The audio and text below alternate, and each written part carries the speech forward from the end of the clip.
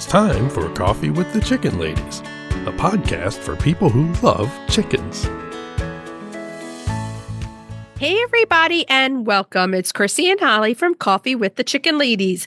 We're here and this is episode number 215 of our podcast where we talk about everything chicken, family, fun, and more chickens. More chickens. We drink a ton of coffee. I'm talking a ton.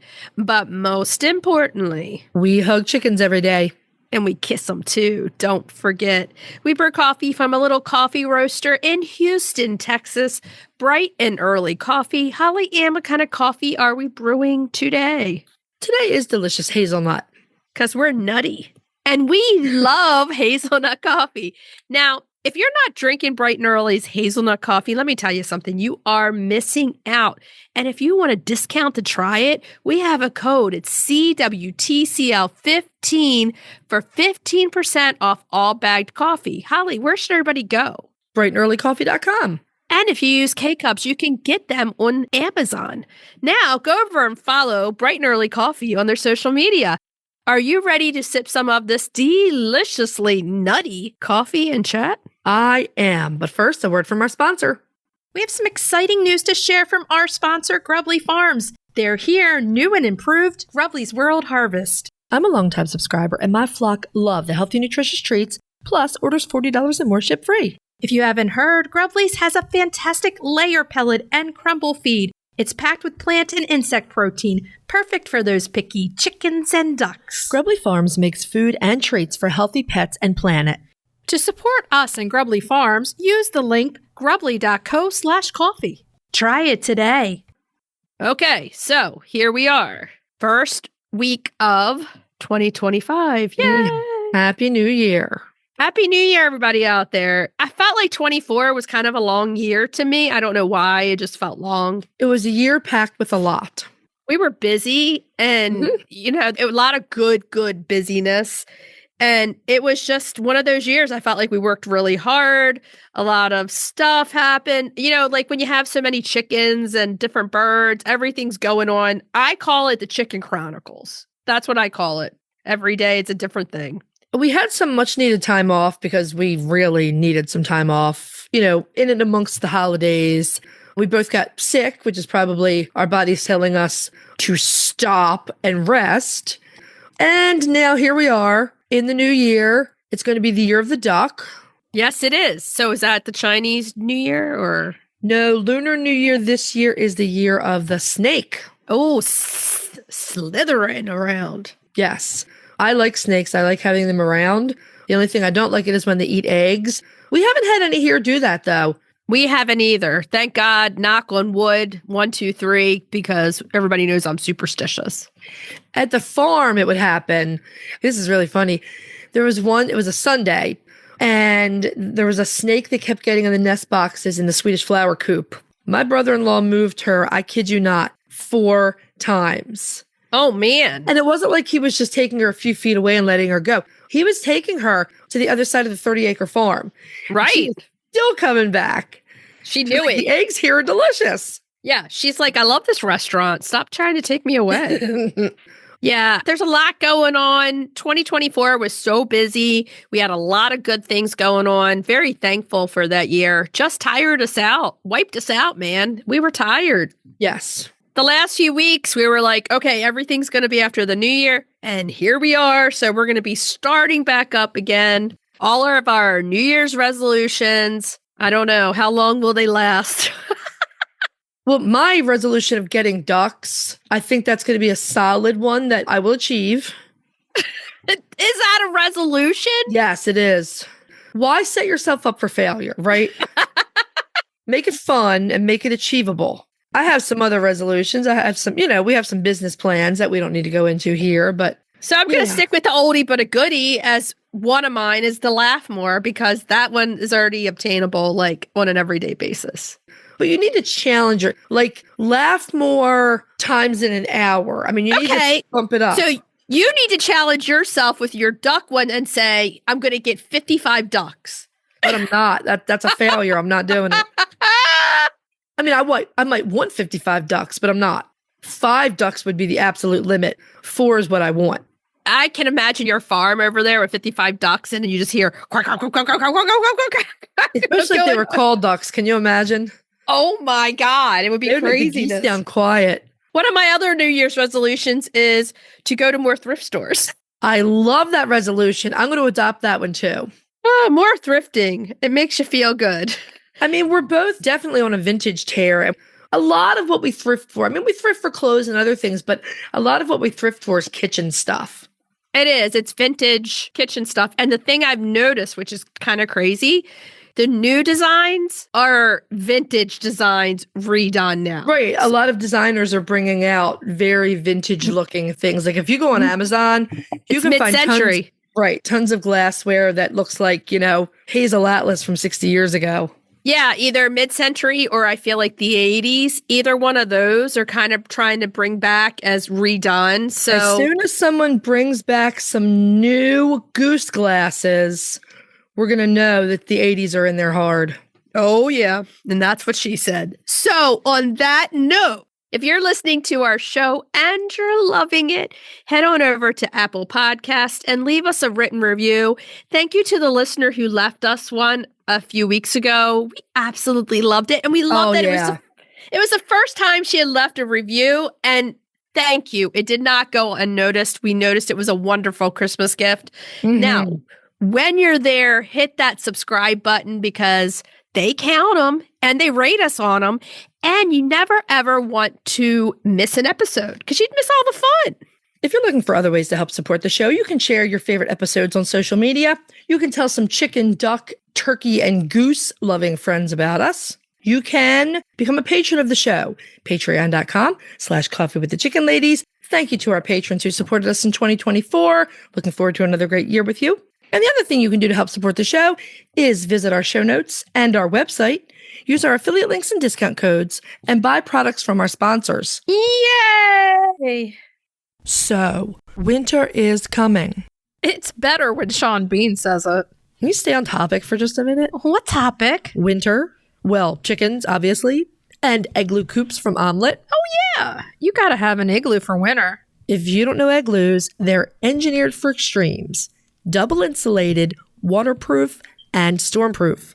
They keep out any weather and all predators. And you can just wipe them clean. My girls and little man are so comfy in their Igloo Pro. Mine too. Warm and dry all year round. Winter is coming. Be ready with an igloo. Search Omelette. That's OMLET. Hey, Chris. Yeah. Do you like monthly subscriptions? Does it have anything to do with chickens? Of course. Then yeah. Let us take a minute to tell you about Chicken Love. You get a monthly Chicken Lady tee, treats for your flock, and a keeper care card. And did you know with every multi-month subscription, you get a free Chicken Love logo t-shirt? Really? Yeah. It's $36 a month with free shipping. What are you waiting for? Get off the nest and click already. That's chickenlove.com. That's chickenluv.com. Get your subscription today. The Breed Spotlight is brought to you by Murray McMurray Hatchery, defining quality for generations. For over a century, Murray McMurray Hatchery has remained a trusted family-owned business, working tirelessly to ensure our poultry meet the highest standards. Whether you are an experienced enthusiast or just embarking on the journey, look to McMurray Hatchery for guaranteed quality, rare and heritage breeds, low minimums, and all the supplies you need to raise your flock. Request a free catalog today. This one's got me stumped. Uh-oh. Okay. The German chickens are hard. Yeah, exactly. Now go up to the mountains and listen to the sounds of music and go find the little chicken for the Breed Spotlight. Yeah. Yeah. I know this was a rough one, but yes, this week's chicken is the Thuringian Chicken. The Thuringian Chicken is our chicken this week. And the Thuringian Chicken is a German chicken. This popped into my head. I was doing some more of my genealogy, right? Because as a history librarian, I used to do a lot of genealogy when I was at what was the Maryland Historical Society is now the Maryland Center for History and Culture. And I have family on my maternal grandfather's side who are from the Hesse area of Germany. Okay. if they had been here, and they were here like around the time of the Revolution, they may have been Hessian soldiers, which you may have heard of in history class, right? Well, Thuringia is bordering Hesse. Okay. And so I was doing this genealogy and I was like, oh, we haven't done that Thuringian chicken yet, have we? Yeah. And I thought it was just going to be like some obscure chicken that we could just rush through. Well, it turns out this chicken is so stinking cute. I want them badly. Okay, so this chicken's going to be added to your flock. And wait, can we get them in the States? Well, they were here in pockets. We'll talk more about their availability, but they have been sighted in the US. The question remains if they're still here or not. So we'll talk about that. So Holly's on a mission. She's on a mission. The Thuringian chicken is an absolutely adorable chicken that was developed in Germany, specifically the state of Thuringia in Germany. They're believed to have originated in the 1700s. Some people say earlier than the 1700s. They're sometimes called the Thuringian Barkhühner or bearded chicken of Thuringia. They were standardized under this name by the German Poultry Breeders Federation in 1907. Okay. They are available in both standard and bantam size, and they have been available in both the UK and the US in small numbers starting around 2000. They're cute. Yeah, they're cute. So cute. If you've never looked them up, look them up. Thuringian, Thuringian chicken. The UK definitely has more info than the US about this breed, and you can find breeders there a lot more easily than here in the US. I found a few people that had been breeding them, but I could not confirm that anyone is still breeding them. If you find them, please let us know. Yeah, definitely, because Holly wants them in her flock. Oh my God, they're so cute. Now, so that's going to be a resolution. You want the Thuringian chicken and 55 ducks. Well, now like I suddenly am being very German. You know, like I'm looking at my German heritage, and now I want Bielefelders and Niederrheiners and Thuringian chickens. My little babies are laying eggs. My German Bielefelders. Those are big, fluffy Bielefelders. They're proper German chickens. They'll always be my babies. They're very pretty birds. So Thuringia is one of modern Germany's 16 states. It is located in central Germany, in an area that's known for its widespread forest and mountain regions. And it is considered by most Europeans to be a popular place to visit and a wonderful place to live. Another place on our list that we're going to go visit all these chickens. It's beautiful. The area is rich in history, hiking trails, outdoor sports, and other outdoorsy pursuits. Wine, coffee? Wine, yeah. And we can also go to Hesse, my ancestral land, where they make a lot of Gewürztraminer. And we can drink a lot of German wine. Strudel. I'd like some strudel. Apfel strudel, yeah.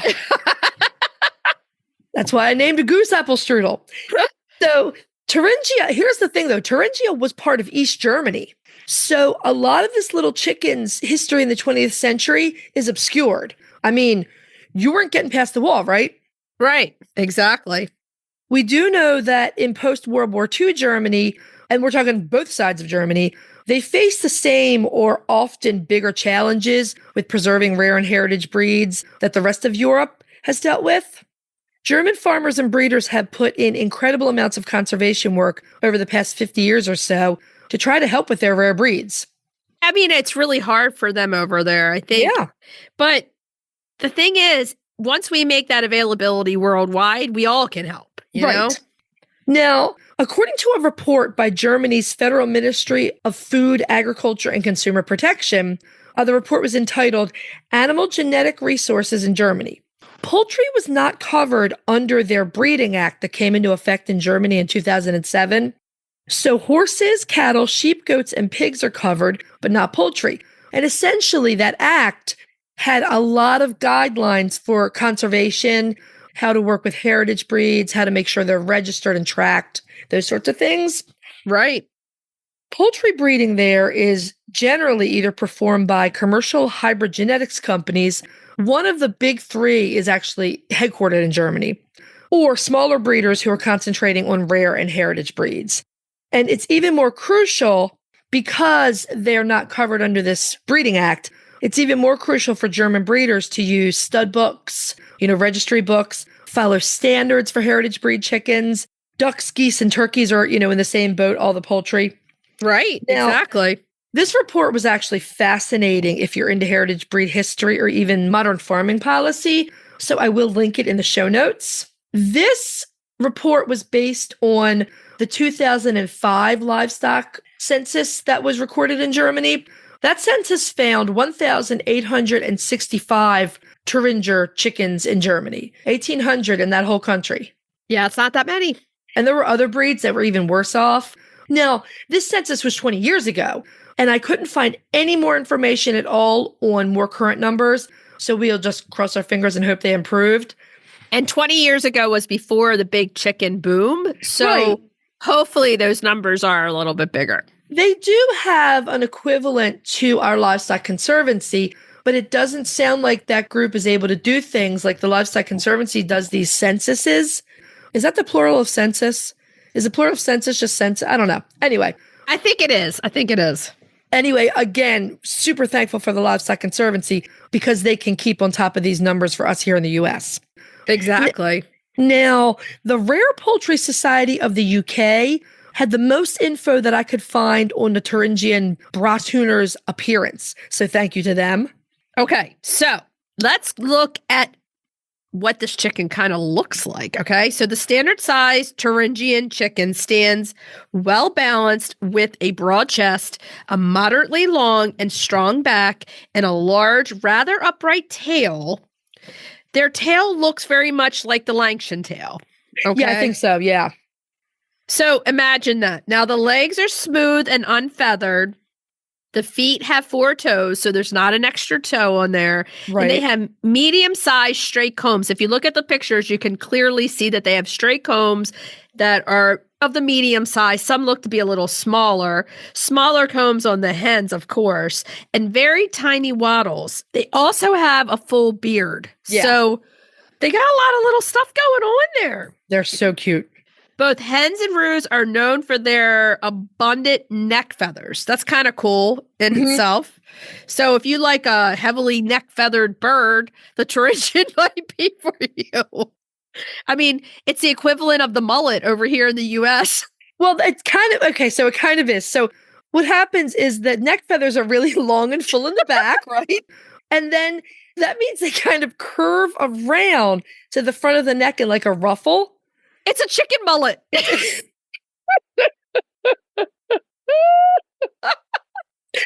Yes. They call it a ruffle in Germany, but you can call it the chicken mullet. Yes. So we finally found a chicken after going into our 5th year that has a mullet. This is like one of those milestone times, like, yeah. I thought it was more like a Betty Page bob with the ends curled forward, but you know, hey, what is it? Business in front, party in the back? Exactly. And for photo ops, you put a miniature cowboy hat on that chicken. Stop. That is too good. You're killing me. They're German chickens. You do not put cowboy hats on German chickens. Okay, so they're very long and full in the back. So, I mean... That's the feathers. I know. Feathers. That's what I'm saying. That's what I'm saying. So it curves around. I mean, the whole thing is just... It's a mullet, man. Okay, so they are... Let's move on back to business here. They are light-bodied chickens with roosters weighing in about 4.5 to 5.5 pounds, which is little, and hens coming in at 3.5 to 4.5 pounds. That's a little chicken. That's they're light-bodied. not big. They're not big. Mm-mm. Now, they come in a variety of colors, including gold, silver, and the chamois spangled. Yeah, like Appenzeller Spitzhabens. It's very pretty. They also come in black, red, buff, cuckoo, and partridge. Gorgeous partridge. Really beautiful. So you can get them in lots of colors. The mullets are in lots of colors when you get them. You're going to love it. Oh my God. And Thuringian hens are what we call pretty good layers of large white eggs. I've noticed this thing with little chickens. They lay large white eggs. Like you get the Leghorns, you got the Polish, you got, all these chickens that are little. A lot of the older continental birds are not very big and they lay a big white egg. They do. I mean, then again, my Barnevelder lays a humongous brown egg. I mean, Barnevelder eggs are huge. They're big. And this little girl is going to give you 160 plus eggs per year, and they are not known for broodiness. So good bird if you're just, want some eggs. You don't want to have to get a bird on Broody, all those things. Yeah. Well, I mean, so many of the breeds, and we're going to talk about this in a few minutes, so many of the breeds that we love are broody, broody, broody. I really do appreciate some of these other breeds where they might not lay you a huge whopping number of eggs, but they lay a respectable amount and they do not get in that gosh darn nest and try to hatch eggs. Oh, yeah. Oh, yeah. So this is an old breed of chicken that can be used as dual purpose, but it is light bodied. Keep that in mind. They also make great pets or companions, and they're really cute, so they would be great showbirds. They were one of the foundation breeds for the Russian Orlov. I could see that. Right, which is another bearded heritage breed chicken. And I think the Orlov might have a little bit of that neck mullet happening too. The Thuringians are friendly, they're active, they enjoy their foraging time because they're German, they have to be out marching. Oh, yes. They will bear confinement pretty well, but you're going to need a large run to keep them happy. This isn't a bird that you can just put in a tiny run and leave them. Right, exactly. They have the reputation of being very good additions to a mixed flock, which we think makes them even more desirable for a chicken lady's flock, right?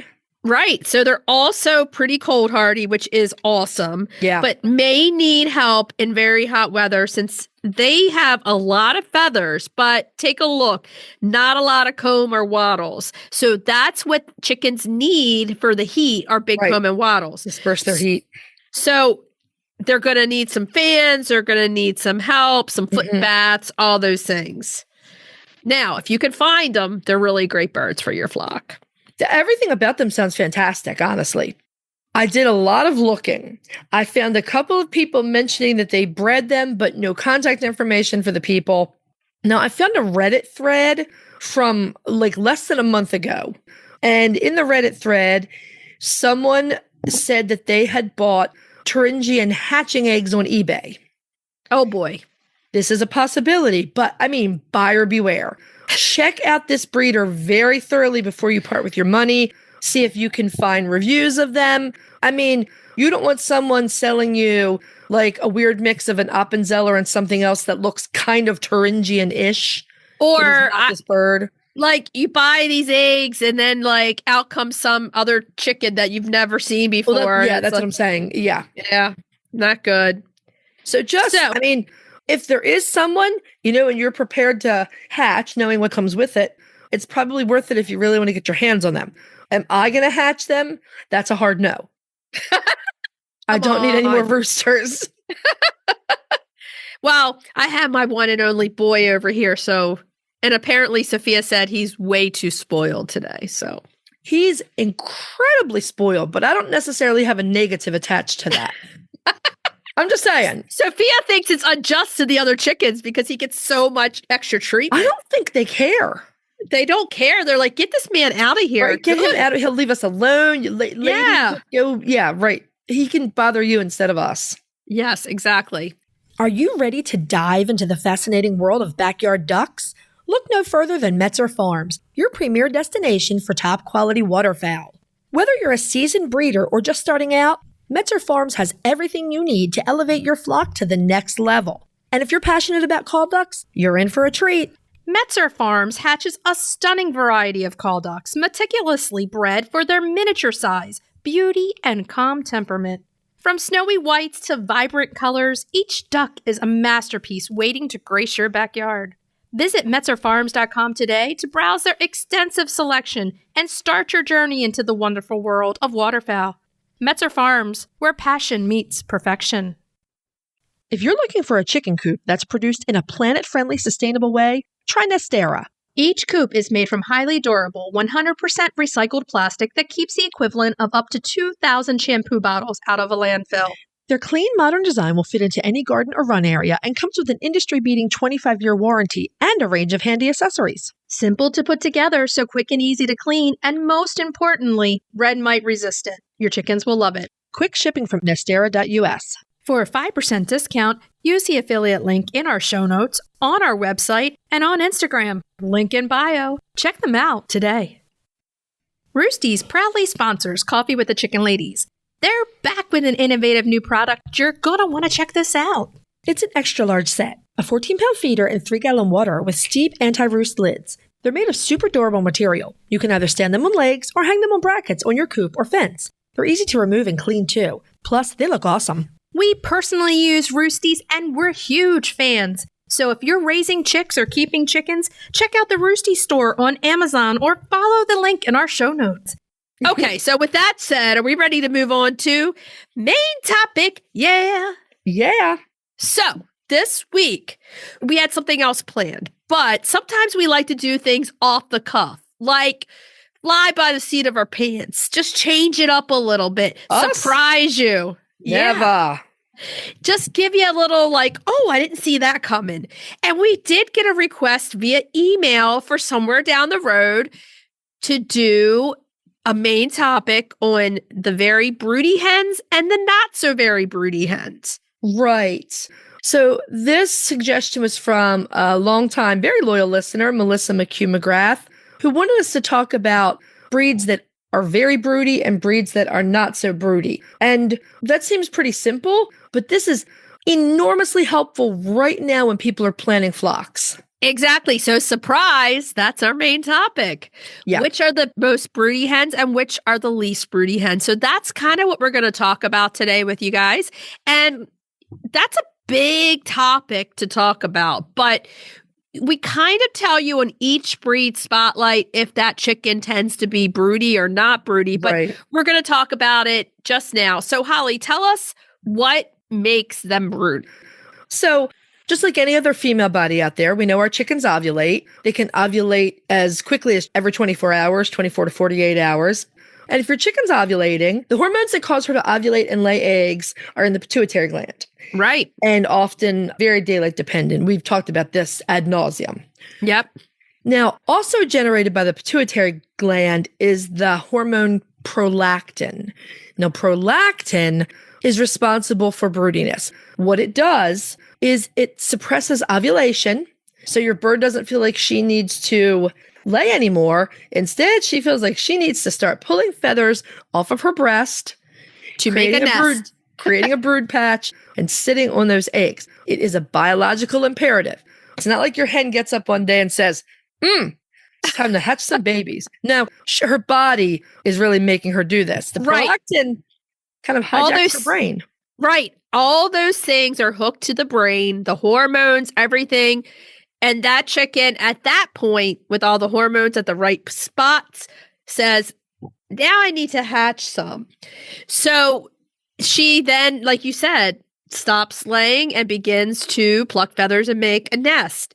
And there are some chickens who are more prone to these higher hormone fluctuations than others. And I don't know how that works because genetically, like there are breeds, we're going to talk about this, there are breeds that just, and I suppose we should say up front, like, look, every female body has the potential, every female has a potential of going broody. You can't say 100% definite that a breed is never going to go broody, but we can say it's very, very unlikely. And so my question is, what does that look like chemically in the body? Say a lot of the Mediterranean breeds, because it's a warm climate and the people were very dependent on eggs as part of their diet, these birds have been selected to be great layers. The leghorn is the classic example, right? Right. What does that look like? And I don't have an answer to this. It just makes me wonder. You're selecting for non-broodiness. Does that mean the section of her pituitary gland that secretes prolactin is smaller? I don't know. We need a scientist to answer this for us. Exactly. And the other thing is, how can you have two chickens of the same breed?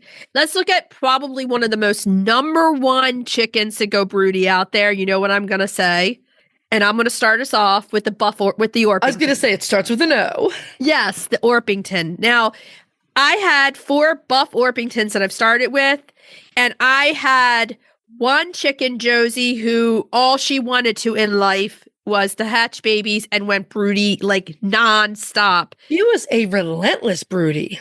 And then I had Bubbles, who lived to be 10, who never went broody one day in her life, but Right. they're the same breed. Yeah. So even within the breed, there are different things that can Yeah. happen. So I'm going to start with my number one we'll each name some of the ones we find most broody. My number one is the Orpington. They are highly, highly broody for sure.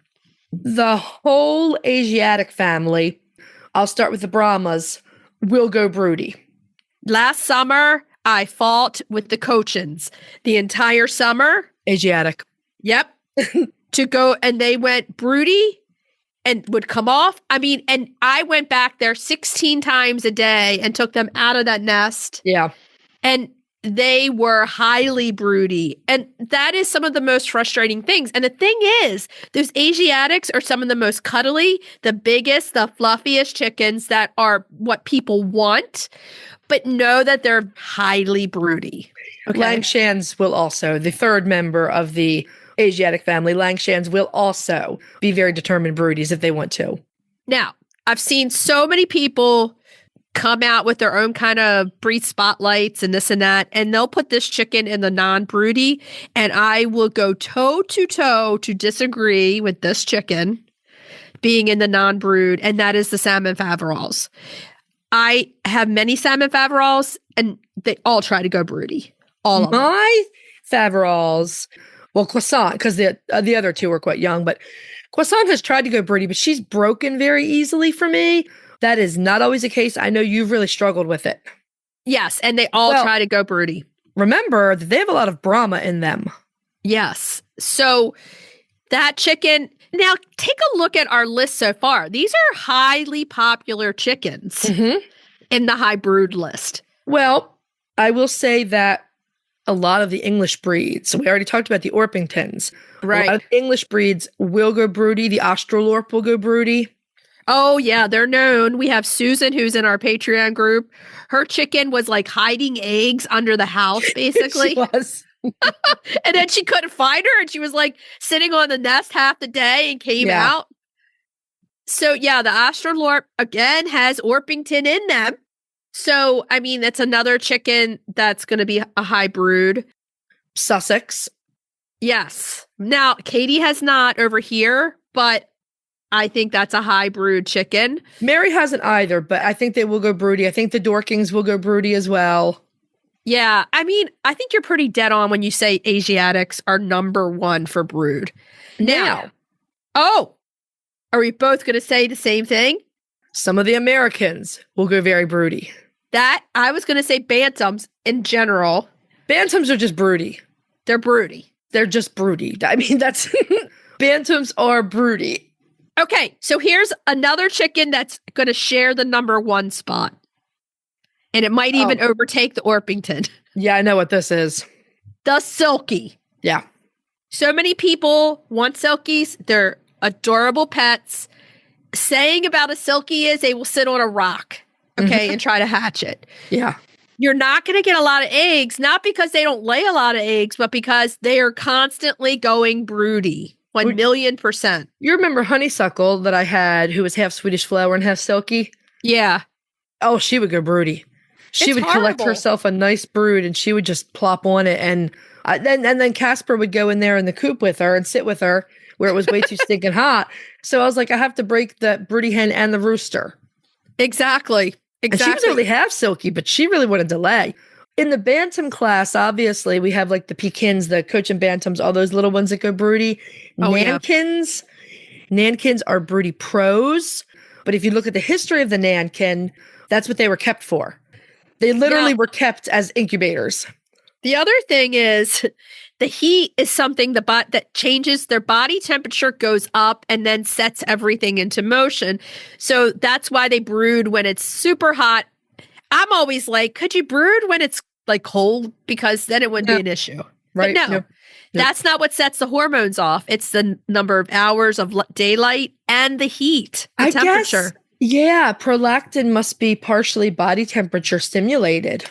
Exactly. So if that body temperature raises, when we had Josie, the Orpington, it would be 45 degrees. As soon as it would hit 50, boom, it was enough. And I was like, you've got to be kidding me. And she just wanted to sit in a nest box. If we look at the continental class, so we already talked about the Faverolles in the continental class. anyone else in there who's really, really broody. I mean, any of the Dutch breeds, any of the... I really don't see them being a bunch of broodies. I haven't seen a ton of it myself. The Welsummer, I don't think is a broody chicken. Swedish flowers will go broody maybe 50% of the time if you're lucky. None of my Swedish flowers ever went broody. So if we look at the least amount of broody chickens out there, we'd have to say that the Mediterranean class number 1 is your least amount. The Mediterranean class is number 1, followed by about half of the American class. Yes. I feel like Rhode Island Reds are hit or miss. My spicy has never gone broody. Mm-hmm. None of my reds ever went broody either. The more deep you get into the heritage lines, right, the more chance of broodiness. But my, hatchery reds never went broody. Exactly. So I feel like if you absolutely don't want to ever deal with a broody, go with Mediterraneans as a flock. Yeah. I mean, in my opinion, the worst broodies of the Americans are the Jersey Giants, and they are determined broodies. Oh, yeah. But they have, I think they have, what do they have? Java and Langshan, I think. So it's probably the Langshan that does that for them. Now, okay, here we go. The Houdans? No, the Houdans went broody last year. Well, they're Continentals, okay. Yes, they're Continentals. They have a lot of dorking in them. Right. I think, here's what you can probably say, and we're about to go into the least broody. Lots and lots of broody. Asiatic, absolutely. A lot of the English breeds, and probably some of the continental breeds, you're going to get a fair bit of broodiness. And a couple of the Americans. Right. And then with any chicken on their own individual level. Well, like we said in the beginning, no one can tell you 100% that bird's never going to go broody. Exactly. The Mediterraneans, the beautiful Mediterraneans, come from a hot climate where they were selected to be egg layers. Here's the thing. Maybe they're used to the hotter temperature, so their bodies were adapted to it, and it doesn't really set it off in a different way. Maybe it's like all about the climate that they're in.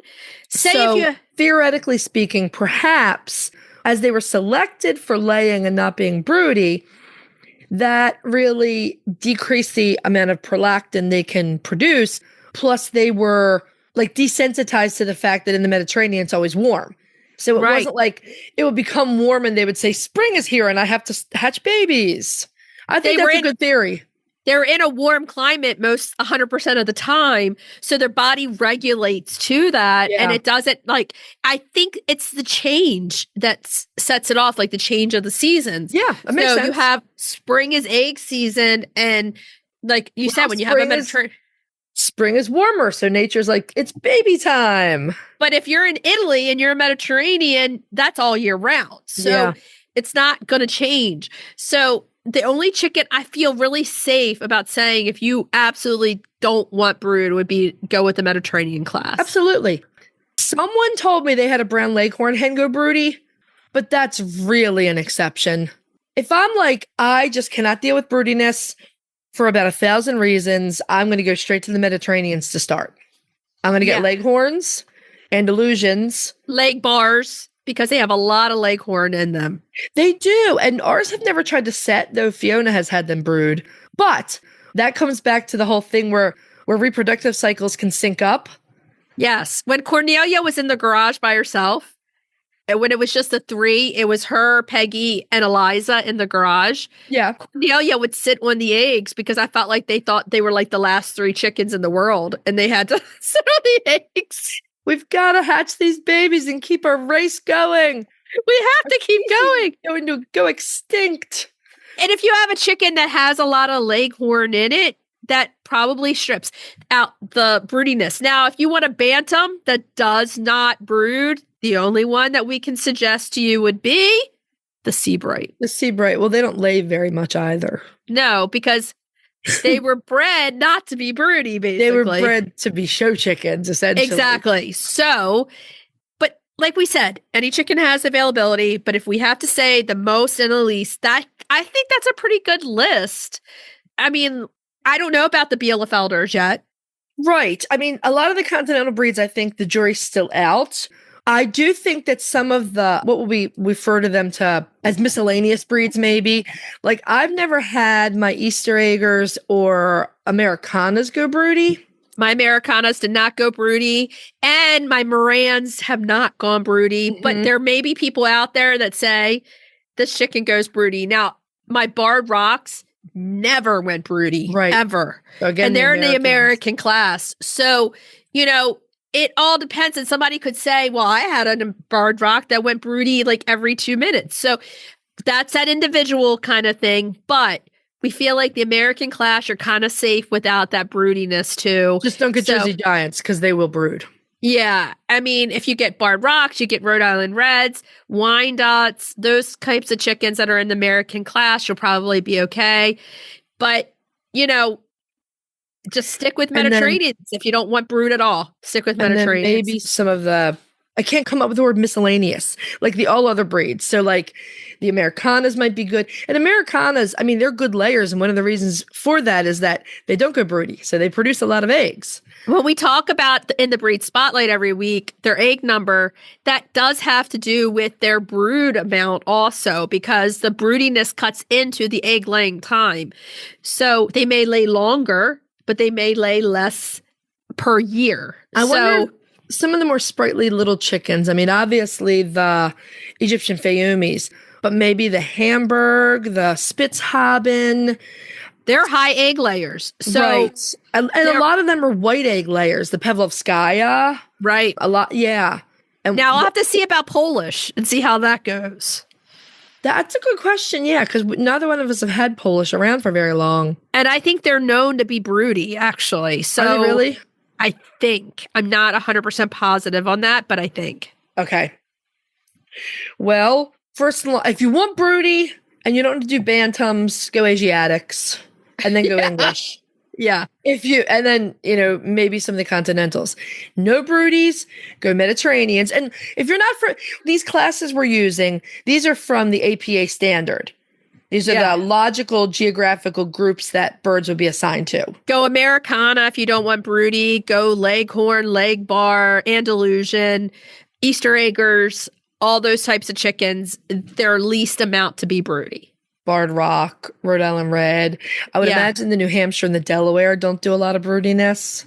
Yeah, no, I don't think so. So there you have it. If you have any additional questions, give us a message over on Instagram and we can check it out for you. And if you have a question about an individual chicken, listen to that episode about that chicken, because we will talk more in depth whether or not they're known to go broody or not. Yeah, I mean, we've done most of the Mediterraneans, the usuals, Leghorn, Andalusian, but, also the Pana de Sanca, the Sicilian Buttercup. Yep. My mind is blanking on the Mediterraneans right now, but there's a ton of them.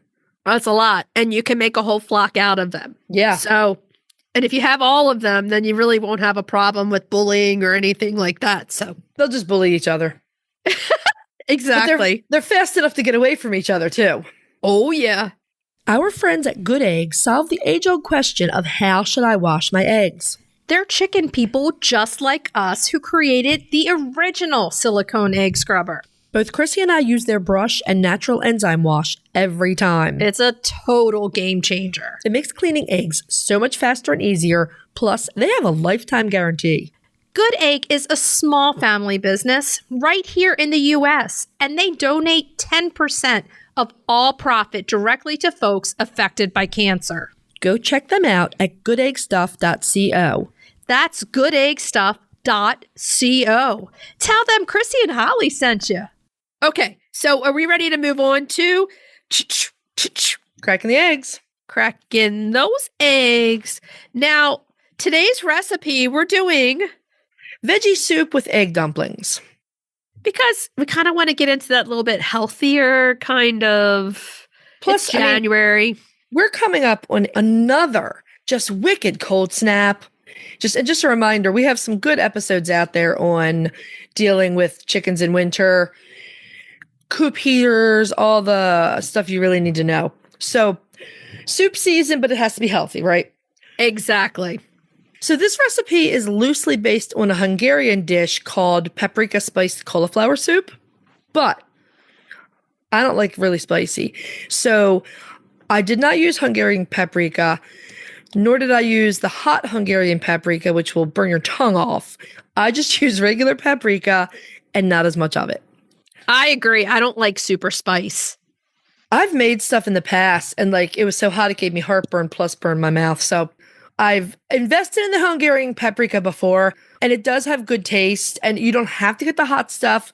It's pricey. If you can't find it, use regular paprika. What we use for the soup is carrots, cauliflower, and egg dumplings. You can make the dumpling dough ahead of time and pop it in the fridge while you make the soup. It's really easy. What you want is a really rich, tasty broth because this is a fairly simple soup. Right. And it's customizable. You can add other veggies. You can add peas or beans or chickpeas for some protein. Like I said, this is inspired by. No claims to be authentic Hungarian soup. Exactly. We like to get inspired and then brainstorm on what to do and different ways that you can use your eggs that you don't think about. Plus, everything that goes in this recipe I had in the pantry. So let's talk about what ingredients you're going to need for the dumplings. You need a 1/3 cup of all-purpose flour or gluten-free 1-to-1, a 1/2 teaspoon of salt or just a pinch if using salted butter, freshly ground pepper, 2 tablespoons butter or dairy-free butter cut into small pieces, 1 large egg, and that's kind of all you need for those dumplings. It's not going to be too bad.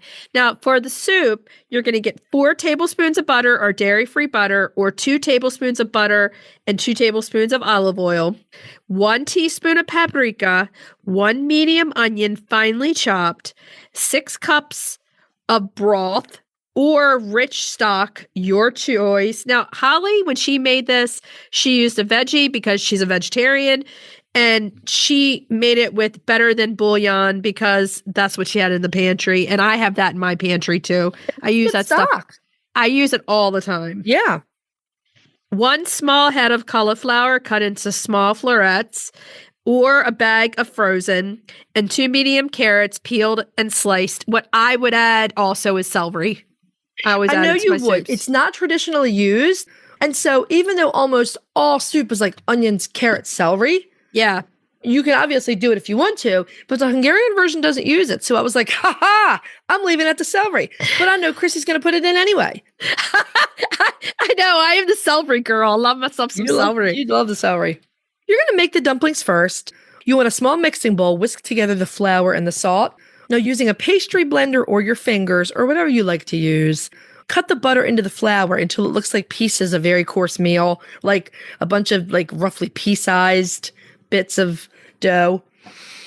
You're going to add that egg and stir until a sticky dough forms. Then you're going to cover the bowl and pop this into the fridge while you make the soup. You're going to place a large soup pot over medium-high heat and melt the butter or the butter and olive oil.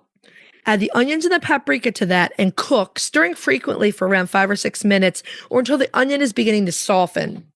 Add the broth and the veggies and bring your soup to a boil. Once it boils, reduce the heat to about medium-low, and you're going to cook it until the veggies are tender, about 15 minutes. If you opt to put potatoes in there, it's probably going to take longer. So what you can do actually is steam your potato. You can parboil. Yeah, or steam. Well, you can parboil, or I was going to say steam the potato chunks in the microwave a little bit. Yeah. And that gets some par cooking happening. Exactly. Or you could just boil them halfway before you stick them in and then the second. Or boil them all the way and stick them in at the end. It doesn't matter. Yeah, it's going to take like 15 minutes or so to cook the cauliflower and the carrots. But if you want to cook this soup longer because your potatoes are totally raw, you do you. Yeah, just put the potatoes in first before you put everything else. Right. It takes less time. And make sure you stir every so often to make sure nothing's sticking to the bottom of the pot. Oh, yeah. Now, when the soup is pretty well done, that's when you're going to grab the dumpling batter.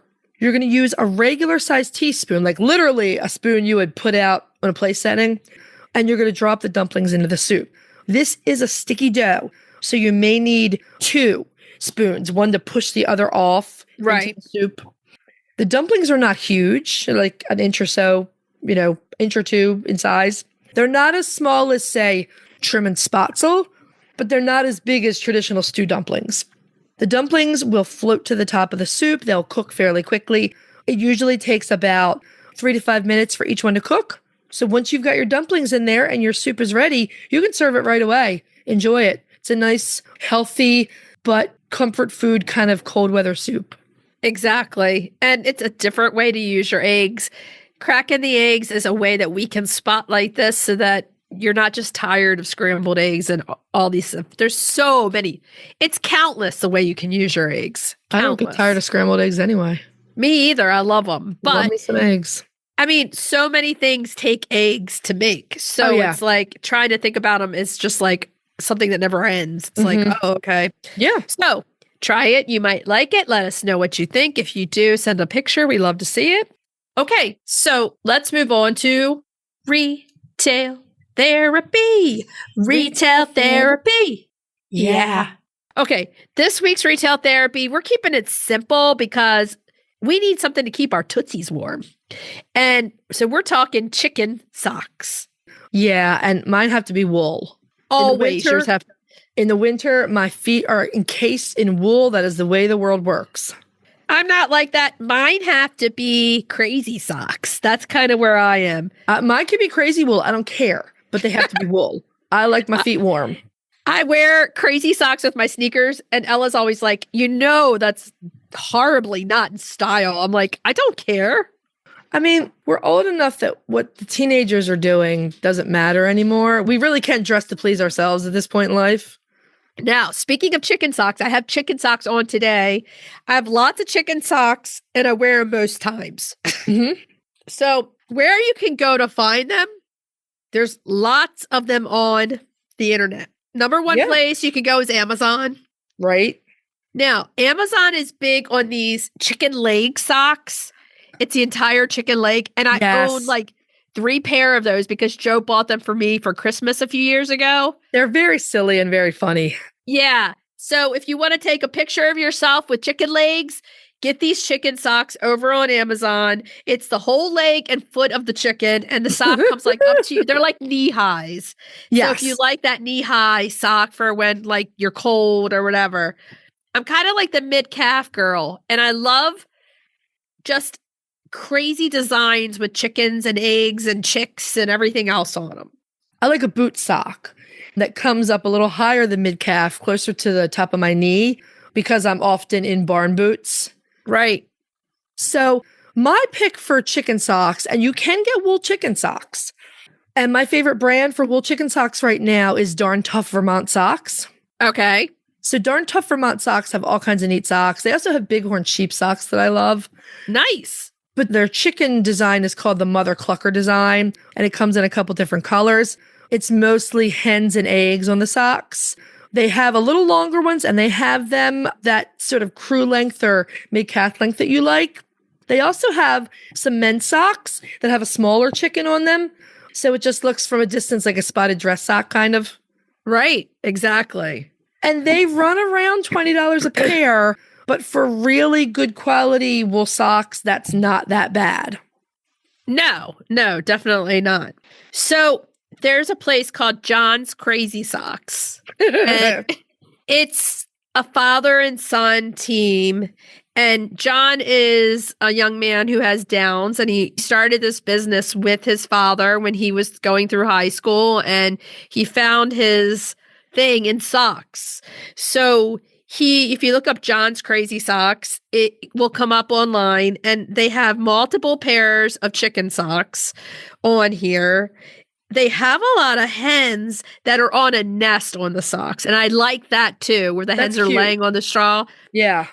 And then they have the chickens that are pecking and they have chicks on them. And here's the other thing. The Early Risers Men Crew Socks is a really cool rooster crowing sock for your man in your life. Oh, that's neat. Yeah. So I like this because it's a good cause. You're supporting someone who really felt, drawn to want to do this. They have all different kinds of socks. You can get the chicken socks there or whatever kind of sock you like.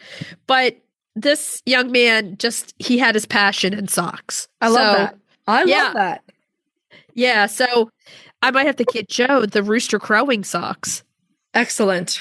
I'm doing a little Google search while we talk, and I actually see a couple of other wool socks with chicken designs. Socksmith Design has one, and Fluff Alpaca has one. And I think, no, Amazon got my hopes up, but they were lying. Did you not? Okay, even Kohl's. Women's heirloom chicken novelty crew socks. They're lavender with chickens all over them. Really cool. Even Kohl's. I like the sound of those. They sound really good. Yeah, and Amazon's, you're going to find, anything you want over on Amazon. But, try the usual spots, eBay, Etsy, John's Crazy Socks. I'm going to go over and buy some of his socks, I think, too. But, just find places that you like, that you can get a different kind of thing, because they really are a fashion statement and they bring people joy. So if you're like me and you need some serious chicken socks with heft and warmth, darn tough Vermont socks. Yeah. Okay. I love them. They actually have a design called the F-bomb sock. and not for the reasons you think. It's a good sock. I'm just saying, go check them out.